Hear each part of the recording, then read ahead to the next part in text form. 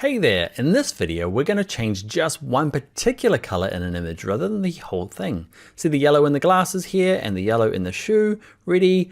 Hey presto, magic, the green and blue and all sorts of other cool colors. Let's go for pink. Same with this image, Chuck Taylor's, all sorts of cool colors. Okay, and it's only affecting the shoes, not the color in the background.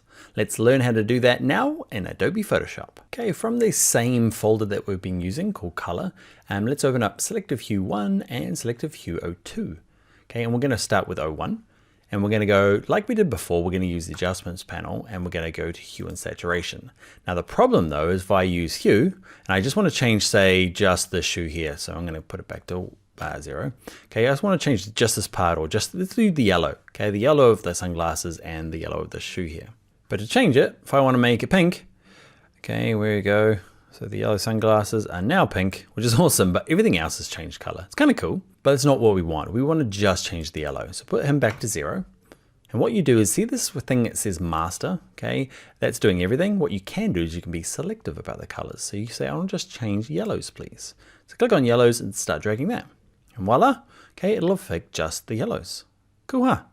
Okay, so now you are going to be pink. Nice.